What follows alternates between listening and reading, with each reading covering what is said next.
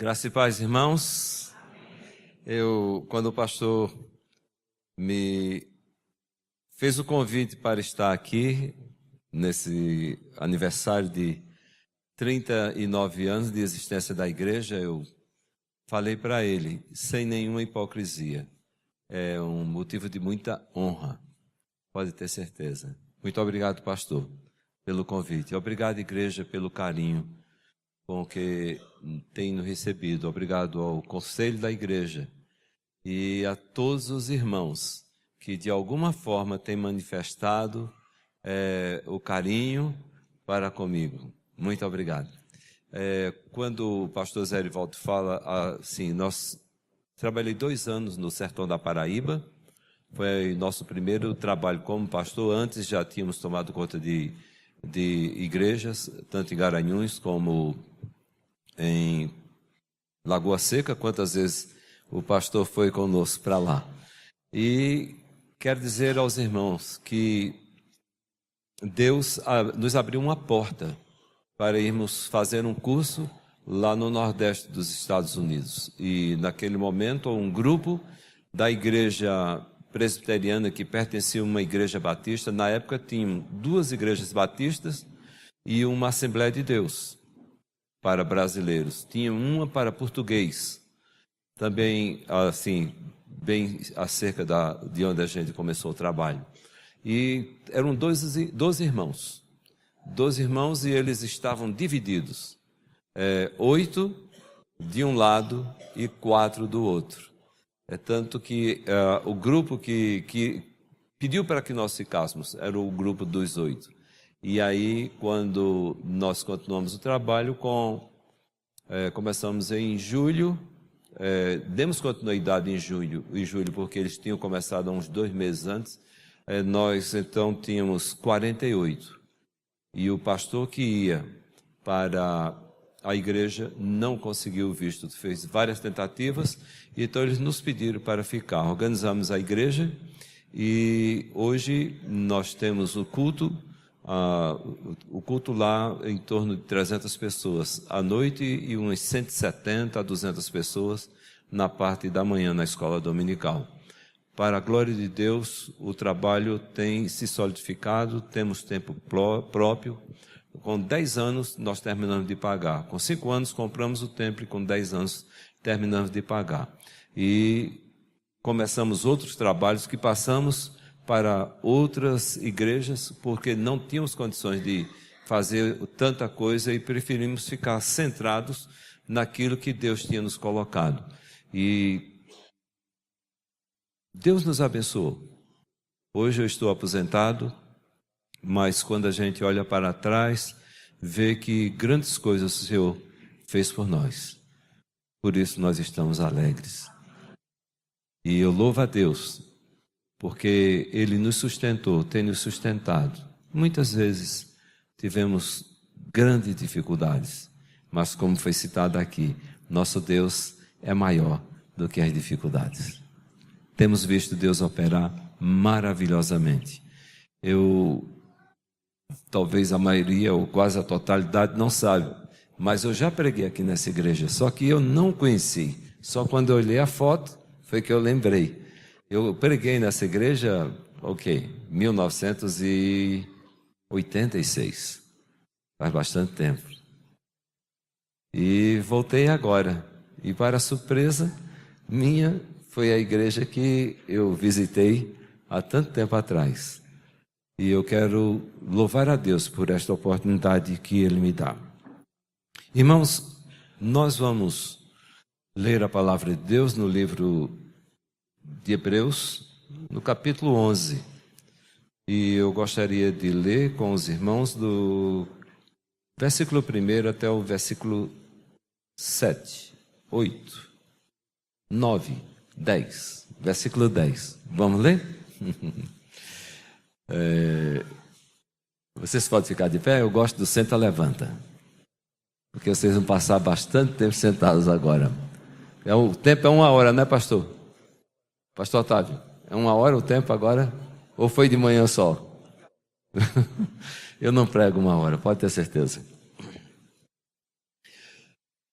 Diz a palavra de Deus: ora, a fé é a certeza de coisas que se esperam e convicção de fatos que se não veem. Pois pela fé os antigos obtiveram bom testemunho. Repita comigo: pois pela fé os antigos obtiveram bom testemunho. Mais uma vez.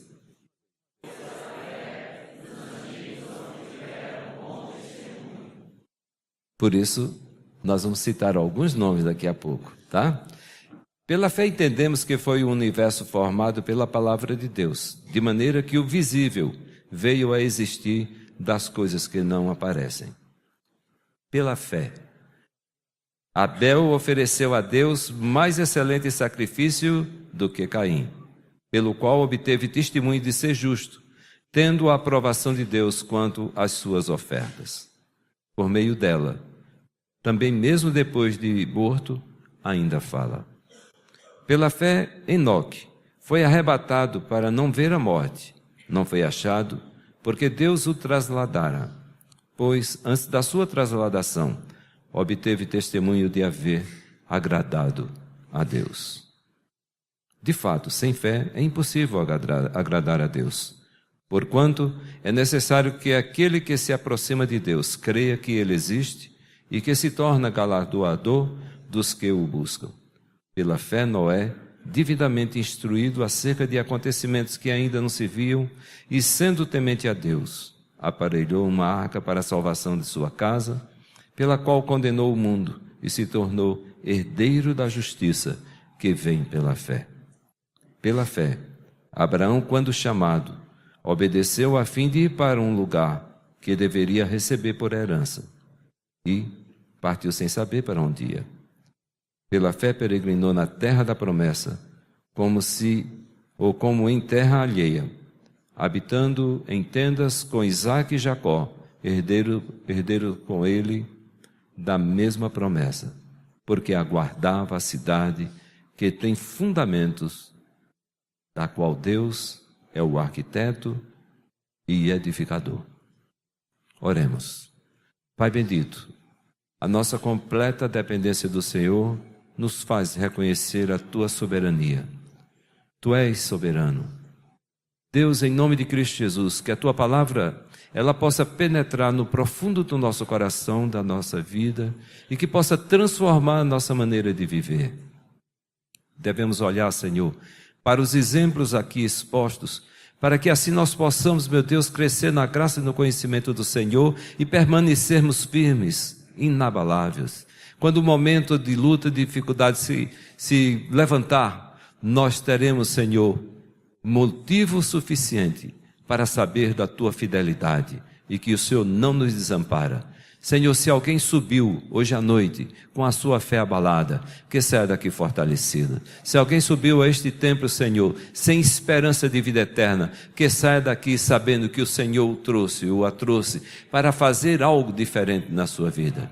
Senhor, nós queremos, em nome de Jesus, pedir que o Senhor esteja olhando agora para a nossa vida, e se algo está impedindo de ouvirmos a Tua voz, que seja agora, pelo poderoso nome de Jesus, derrubado toda a barreira, e que em nome de Cristo o Senhor esteja trabalhando agora em nosso meio. Ó Deus, tenha liberdade de entrar na nossa vida e transformar o nosso viver. Preenche todos os vazios para a glória, a honra e louvor do Teu nome. Nós queremos, meu Deus, em nome de Jesus, que todo espírito de dispersão que seja contido agora pelo poder do nome santo de Jesus, e declaramos a vitória da igreja nesta noite, em nome de Cristo Jesus. E o povo de Deus diz: amém. Glória a Deus. Podeis assentar, irmãos. Tem uma história que eu escutei há muito tempo atrás. Talvez alguns irmãos já tenham escutado. Se escutaram, me perdoem, mas eu pretendo recontar. É história, não é uma história verdadeira. Eu não creio que é verdadeira, mas serve bem para ilustrar. O caso de um irmãozinho que trabalhava numa serralharia, num distrito rural. Ele trabalhava nessa serralharia e o patrão passava a semana todinha lá naquela sede, e no final de semana voltava para a cidade. Mas aquele serralheiro, ou o trabalho dele era de serralheiro, ele nunca tinha convidado o seu patrão para participar de um culto na igreja. Porque os irmãos que pregavam, ou que liam, ou que cantavam, era aquele tipo de pessoa simples e que ele ficava envergonhado, porque o homem parecia ser chique. E aí eles tinham medo, tinham temor de chamar o patrão. Mas um dia o pastor viria exatamente no sábado para ministrar a ceia do Senhor e para pregar. Ele falou: é hoje que eu vou pegar o patrão. Aí falou: patrão, eu queria lhe convidar, nunca lhe pedi, mas eu queria lhe convidar para o senhor participar de um culto lá na minha igreja, que o pastor está vindo para ministrar a ceia e ele vai pregar, ele é uma pessoa muito boa, venha participar. O patrão falou: amanhã de manhã eu volto para casa, eu fico hoje aqui para participar do culto. Irmãos, sabe daquele atraso que o pastor Zé Erivaldo passou ontem, nervoso, e olhava para o telefone e preocupado com ontem, que não tinha entendido, a pessoa não tinha entendido que era para ir buscar ontem e sim hoje. E aí ele ficou nervoso. À medida que ele olhava para trás, que via movimento e que o pastor não chegava. Então o dirigente da congregação falou: vamos começar o culto, meus irmãos, vamos cantar uns cânticos. E começou nos cânticos. E daí a pouco ele fez oração e nada do pastor chegar. Daí então ele tomou a decisão de começar a ler a Bíblia. O tipo de irmão que abre a Bíblia e onde abrir, ele lê. E ele abriu na genealogia de Jesus. E ele começou, porque fulano gerou ciclano, ciclano. Cadê o homem da genealogia? Está aí. Tem um irmão aqui especialista em genealogia. Não está hoje não, né? Está? Está ali. Aí ele começou com a genealogia. Terminou o culto. E aí o irmãozinho estava tremendamente envergonhado. Disse: patrão, me perdoe. Eu não devia ter chamado o senhor hoje. Hoje foi tudo atrapalhado, o pastor não veio para pregar. Infelizmente, aquele irmãozinho, ele não sabe ler direitinho, e é muito difícil, mas acontece que ele está na frente da congregação. O patrão falou: eu achei tudo tão bonito, maravilhoso. Quando ele começou a ler os nomes de todas aquelas pessoas, eu fiquei impressionado com a preocupação de Deus de colocar aqueles nomes ali naquele livro. Eu quero saber como é que eu posso ter o meu nome escrito naquele livro também. Nós não entendemos a obra do Espírito Santo. Pode ter sido verdade, eu não acredito muito que foi verdade essa história. Mas, irmãos, o que a gente vê, que existe um livro muito mais importante, o livro da vida do Cordeiro, aonde está sendo registrado todos os atos dos santos. Nesse livro, ele pôde ter o nome escrito. Nesse livro, nós podemos ter o nosso nome. E se alguém nessa noite não tem o seu nome, não tem certeza de que tem o seu nome escrito no livro da vida e do Cordeiro, você pode sair daqui com essa certeza, se você exercitar a fé. Amém? Esse livro, Hebreus, nós não sabemos certamente ou definitivamente quem foi o escritor. Alguns citam Timóteo, outros citam Paulo. Pouco importa na realidade quem escreveu. O mais importante aqui é quem inspirou, o autor do livro, é o Espírito Santo de Deus, que registrou, ou que permitiu que fosse registrado todos esses nomes e todos esses fatos para a nossa edificação. Aí eu faço a pergunta: dá para você saber por que esses nomes aqui aparecem, esses homens aparecem como heróis da fé? Se você olhar na sua Bíblia, você vai ver que existem os primeiros heróis, ou seja, os primeiros heróis da fé. Estão registrados aqui alguns nomes, dos quais nós separamos alguns para poder compartilhar com vocês. Heróis da fé, por quê? Em primeiro lugar, eles aparecem como heróis da fé porque eles agradaram a Deus. Nós podemos aparecer como heróis da fé se nós quisermos verdadeiramente agradar a Deus. Logicamente que esse agradar a Deus vai exigir de nós um sacrifício grande. Agradar a Deus significa muitas vezes nós não agradarmos ou não nos agradarmos do que fazemos ou praticamos ou falamos ou pensamos. Heróis da fé, porque agradaram a Deus. Momento do dízimo, da oferta, era a coisa que mais mexia comigo, negativamente. A minha mulher passou 7 anos e meio orando para que eu verdadeiramente tivesse um encontro com o Senhor Jesus. Eu falei ontem que eu nasci e meu pai era crente e a minha mãe não, mas meu pai não abriu mão de educar-nos na leitura da palavra, na oração, nos cânticos. Existem cânticos que até hoje não saem da minha mente, porque todos os dias nós tínhamos culto doméstico. Ensina a criança no caminho que deve andar, e quando grande não se desviará dele. A nossa parte precisamos fazer. E graças a Deus que o Senhor me deu o privilégio de ter meu pai como modelo, como exemplo de servo do Senhor. Então nós encontramos algumas resistências. E no meu caso, a maior resistência quando eu ia à igreja, primeiro, quando minha mulher estava me levando, eu nunca vi lugar mais confortável para dormir do que banco de igreja. Não é igual esse aí, todo acolchoado. Banco de igreja, lá em Campina Grande, madeira pura. E aí, quando eu sentava, batia um sono tremendo que eu não conseguia abrir os olhos direitos.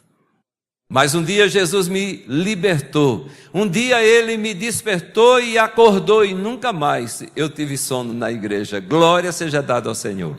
Mas tinha algo que machucava. Depois, mesmo que eu me entreguei ao Senhor, machucava era o fato de quando passava o irmãozinho, lá era assim, passava com a salva recolhendo os dízimos e a oferta. E aí na minha mente já vinha, lá vem ele para pegar o meu dinheiro. E eu entregava, mas entregava para poder participar daquele momento. Não entregava com o coração. Aí hoje eu olho para esse texto e eu penso que, infelizmente, existem 2 tipos de adoradores na igreja. Um chamado Abel e o outro chamado Caim.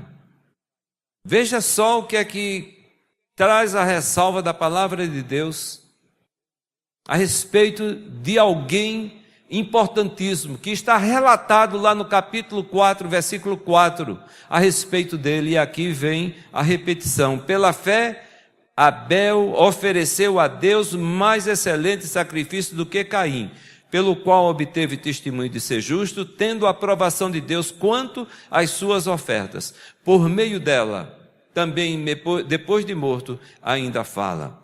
Abel ofereceu um excelente sacrifício e foi aceito por Deus.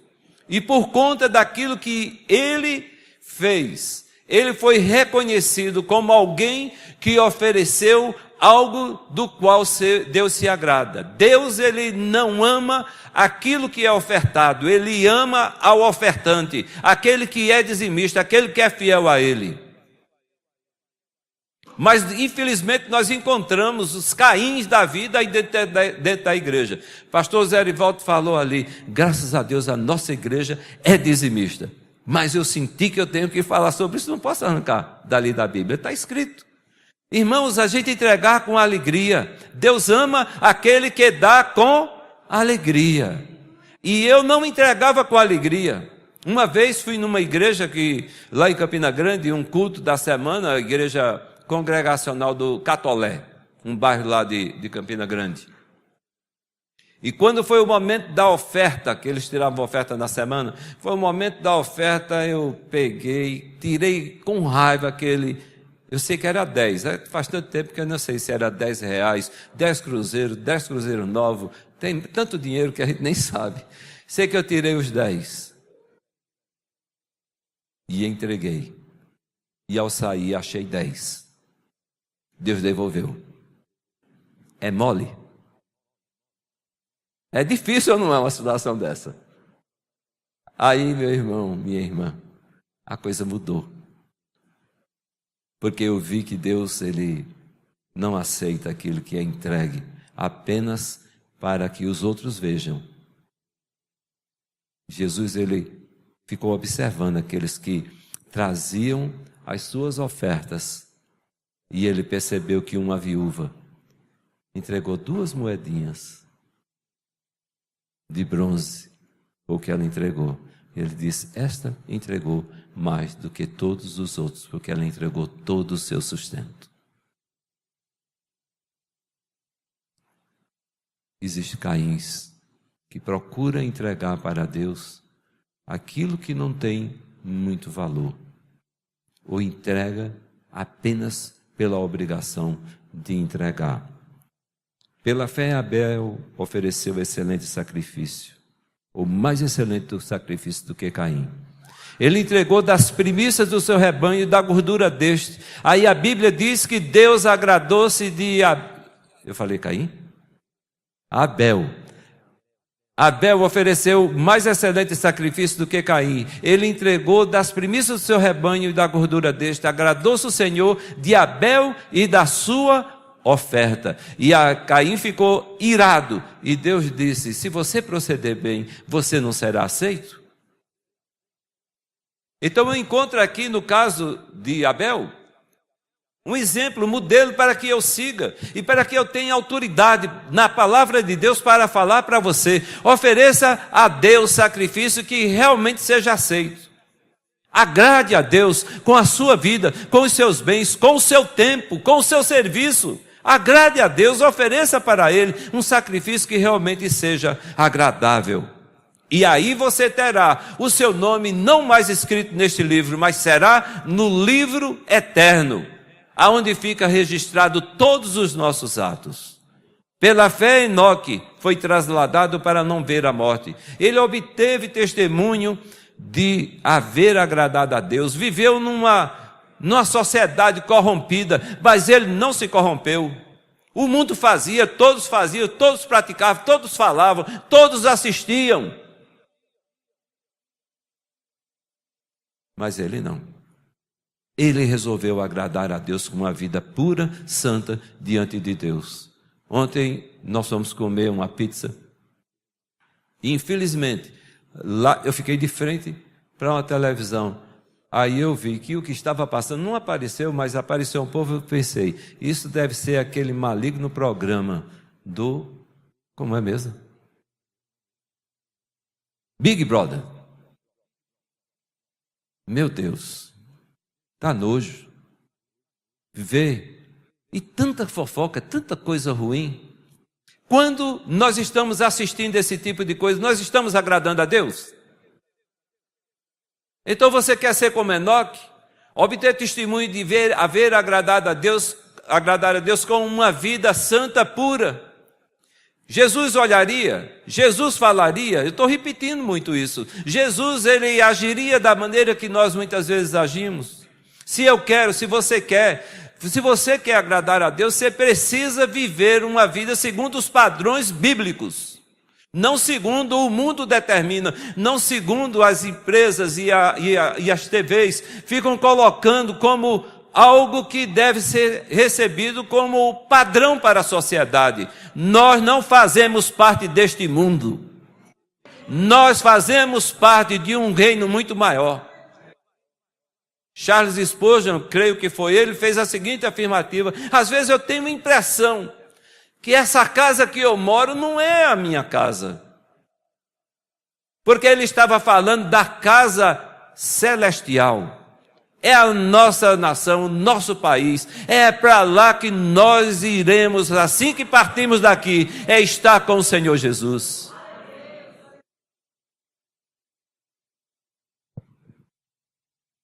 Pela fé, Abel ofereceu o mais excelente sacrifício. Pela fé, Enoque foi trasladado para não ver a morte. Ele obteve testemunho de haver agradar a Deus.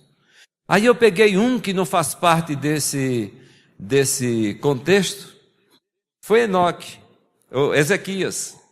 Ezequias, no capítulo 38, versículo 3 de Isaías, diz que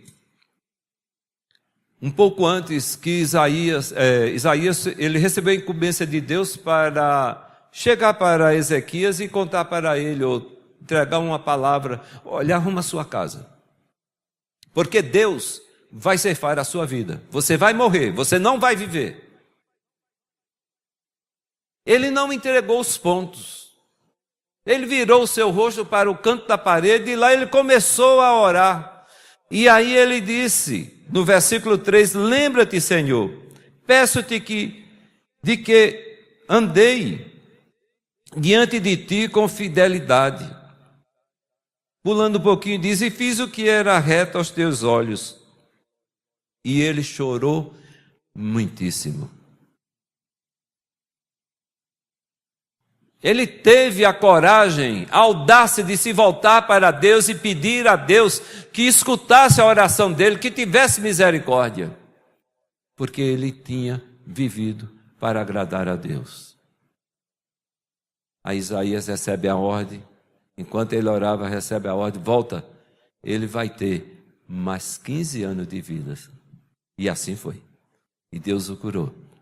Irmãos, nós podemos agradar a Deus e termos as nossas orações respondidas. Nós podemos ter esse tipo de intimidade com Deus e dizer, Senhor, olha, o Senhor sabe que eu tenho sido fiel ao Senhor, tenho procurado andar com integridade, tenho procurado representar o Senhor aonde o Senhor me envia. E Deus escuta a nossa oração e nos honra. Você quer isso? Procure agradar a Deus. Procure viver uma vida que agrada ao Senhor. Porque Deus gosta daqueles que reconhecem a soberania dEle, a bondade e a misericórdia. Segundo lugar, heróis da fé, por quê? Porque eles temeram a Deus. Veja, o primeiro caso que eu peguei aqui é o caso de Noé. Diz a palavra de Deus que Noé, no versículo 7, divinamente instruído acerca de acontecimentos que ainda não se viam, e sendo temente a Deus, aparelhou uma arca para a salvação da sua casa. Temer a Deus pela fé, Noé divinamente instruído acerca de acontecimentos que ainda não se viam, e sendo temente a Deus. Temer a Deus não significa ficar tremendo de medo. Eu já tive muito medo. Mas é diferente. De repente você é impactado com um erro que você comete, e aí você vê as consequências do seu ato, você mede aquilo que vai acontecer, ou a punição que você vai receber, e você começa a estremecer na base. Vou contar aqui algo que aconteceu comigo. Eu tinha, creio, uns 5 anos, 4, 5 anos, 6 anos de idade. Minha mãe era muito severa comigo, porque meu pai gostava de mim, mas gostava muito. Como o mineiro diz, demais da conta. E aí, ela um dia pegou umas moedas, colocou na minha mão, vá lá no seu José, e eu não me lembro o que foi, mas traga isso, isso e isso. Era uma bodega. Vocês sabem o que é bodega, né? Que ficava em frente à nossa casa. Não havia calçamento, terra, e eu peguei aquelas moedinhas, amarrei assim na mão e saí para chegar lá para o seu José. Seu José, minha mãe falou que era para o senhor mandar a idealista. Aí peguei, aqui está o dinheiro. Quando eu abri a mão, cadê as moedas? Eu peguei, comecei a ficar passando por uma agonia tão tremenda, eu tremia, comecei a chorar. E eu resolvi então procurar as moedinhas. E eu fui para lá, para frente da bodega, e comecei a mexer na terra e procurando as moedinhas. E vi um homem que se aproximou de mim e falou: o que é que você tem, meu filho? Por que é que você está chorando?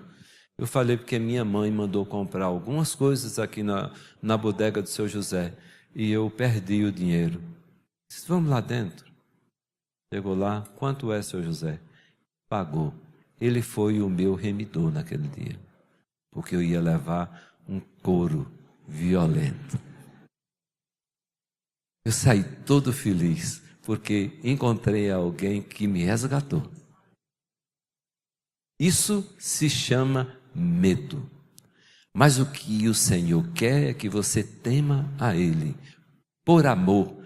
Não é por medo do castigo, não é por medo do inferno, não é por medo das consequências do seu ato, é por medo de perder a comunhão com Ele, temor de perder a comunhão com Ele, a alegria do Espírito Santo, aquilo que Davi fala no Salmo 51, ele diz: devolve-me, Senhor, a alegria da salvação. O que a gente encontra aqui é que Noé temeu a Deus. Ele, divinamente instruído acerca de acontecimentos que ainda deveriam acontecer, e sendo temente a Deus, aparelhou uma arca para si e para a salvação da sua casa. O que eu acho interessante nisso aqui é que ele passou 120 anos construindo a arca. Vocês sabem dessa história, o pastor já deve ter falado sobre isso. 120 anos, pegando a madeira, martelando, colocando betume, preparando a arca, 120 anos. Aí você veja, ele não conseguiu sucesso na pregação dele, além dos seus filhos, das suas noras e da sua mulher. E o pai de Noé ainda estava vivo. Pode analisar, pode ir para lá para o texto e você começa a pesquisar. Que deu meu amigo, que gosta de genealogia, né? Então procura. E você vai descobrir que havia familiares, tio, tias, que havia pai, estava tudo ali. Mas os seus filhos, eles se entrosaram com o pai, eles começaram a fazer a arca, eles estavam juntos na mesma obra. Isso significa dizer que eles também creram naquilo que o pai estava pregando, que Deus haveria de destruir o mundo. Nem os seus pais, nem tampouco os seus irmãos, nem absolutamente ninguém, mas foi salvo. Mas escutaram uma mensagem. Muitos são chamados, e poucos são os escolhidos. Você está aqui hoje à noite para ouvir essa mensagem, repito, porque Deus lhe trouxe. Vocês que estão conectados através, eu não sei qual o sistema aqui, também estão ouvindo porque Deus marcou esse momento na sua vida. Abra bem o seu coração para receber o alimento que Deus está trazendo para você nesta noite, porque é necessário temer a Deus. Deus quer que o temamos por amor, para não perdermos a nossa comunhão com Ele. Ainda tem um outro homem que eu trago aqui, é o José. Já pensou desde a sua adolescência, intimidade com o Senhor, procurava testemunhar para a sua família e começou então sendo visto com maus olhos, vendido para o Egito. E chega um momento crucial, o teste mais profundo na vida dele. Quando ele é contratado para ser aquele que deveria administrar os bens do seu dono.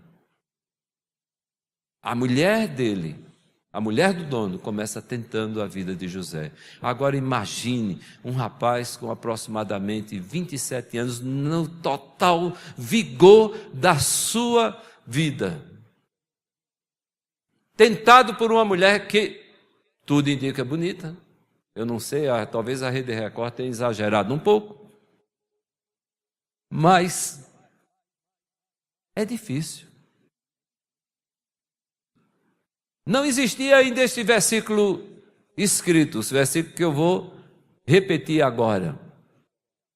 Não vos sobrevém tentação que não seja humana. 1 Coríntios, capítulo 10, versículo 13. Mas Deus é fiel e não permitirá que você seja tentado além das suas forças, pois juntamente com a aprovação Ele dá livramento de sorte que você possa suportar. Deus é fiel. No momento que cedemos à tentação, estamos dizendo: Deus é infiel, Ele não me deu o suporte necessário para que eu pudesse resistir. Igreja do Senhor Jesus, precisamos ser temente a Deus, precisamos agradar ao Senhor, precisamos fazer realmente aquilo que o Senhor quer que façamos. Provérbios 1:7 diz: o temor do Senhor é o princípio do saber, mas os loucos desprezam a sabedoria e o conhecimento. Como você se qualifica? Não me fale, mas responda para você mesmo: como louco ou como sábio? Qual a sua qualificação?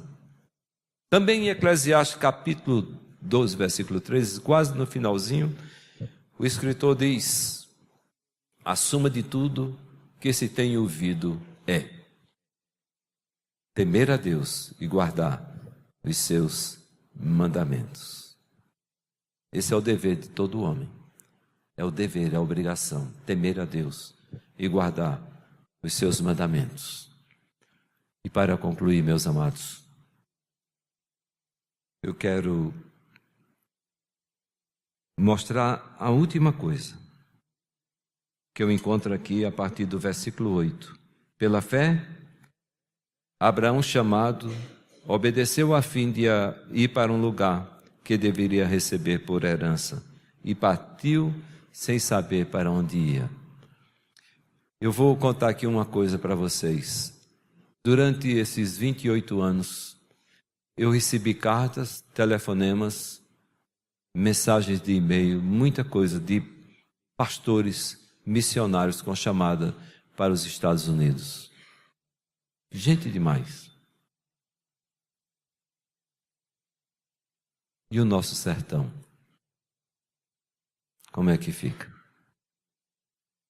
É chamada específica. Uma irmã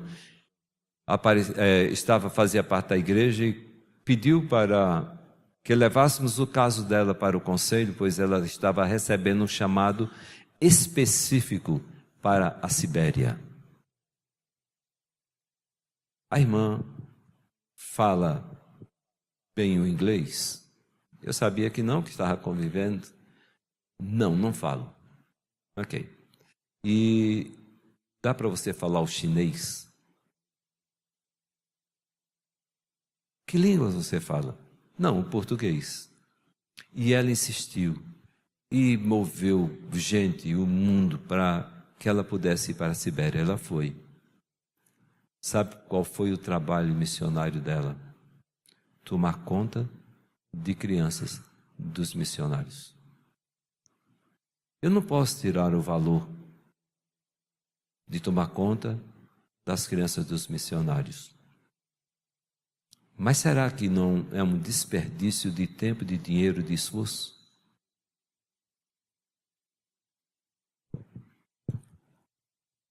Abraão, ele não saiu com o destino certo. Ele ouviu o chamado de Deus, ele foi, ele caminhou, ele deixou a sua estabilidade familiar, emocional, deixou os seus pais, deixou tudo. Deixou um relacionamento de conforto e saiu obedecendo a palavra de Deus. Quando nós podemos obedecer a Deus sem renunciar a algumas coisas, é muito fácil. Mas quando Deus ele requer de nós algumas renúncias, aí a gente começa achando ruim. Não foi o caso de Abraão. No versículo 8 diz que ele obedeceu. Pela fé, quando chamado, obedeceu. Há um outro que eu não peguei nesse contexto, mas eu não li pelo menos. Mas veja só o caso de Cedraque, Mesaque e Abdenego. Eles foram lançados na fornalha. Está lá no capítulo 3 de Daniel, se eu não me engano. Deixa eu ver aqui, se eu anotei aqui. Capítulo 3, em versículo 16 e 17, faz uma referência a isso. Antes um pouquinho, o rei fez uma ameaça: você vai ser lançado, se você não se curvar, você vai ser lançado na fornalha. Falei: se o Deus que eu sirvo quiser me tirar, quiser me defender, Ele vai me defender. Agora fique sabendo que se ele não quiser me defender, também eu não vou me curvar diante dos seus deuses. Irmãos, não obedecer a Deus é terrível. Eu fiz um aconselhamento com uma pessoa que ficou muito abalada pelo fato de que lá existe, assim, muita gente trabalha fazendo limpeza de casa. As mulheres, em especial, fazem muito esse trabalho. E uma pessoa trabalhou 8 anos limpando a casa de judeus. E nunca falou de Jesus. Quando foi um dia, ela viu que a patroa estava muito angustiada. Você vai estar demorando muito, você não pode apressar um pouco? Ela fez o mais rápido possível. Quando ela saiu, a mulher foi para a garagem, ligou o carro, deixou abertas as janelas e ela morreu asfixiada pelo monóxido de carbono.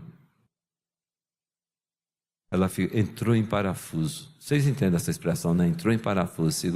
Significa dizer, perdeu realmente o emocional dela, foi lá para baixo. Porque ela falou, como agora eu posso conviver, trabalhar com uma pessoa 8 anos e nunca falei de Jesus para ela, porque era judia.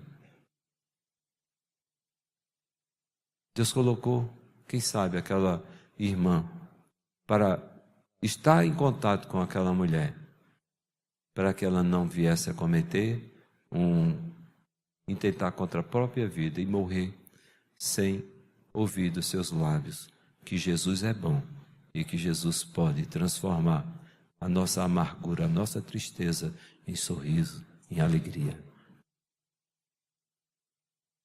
Pela fé,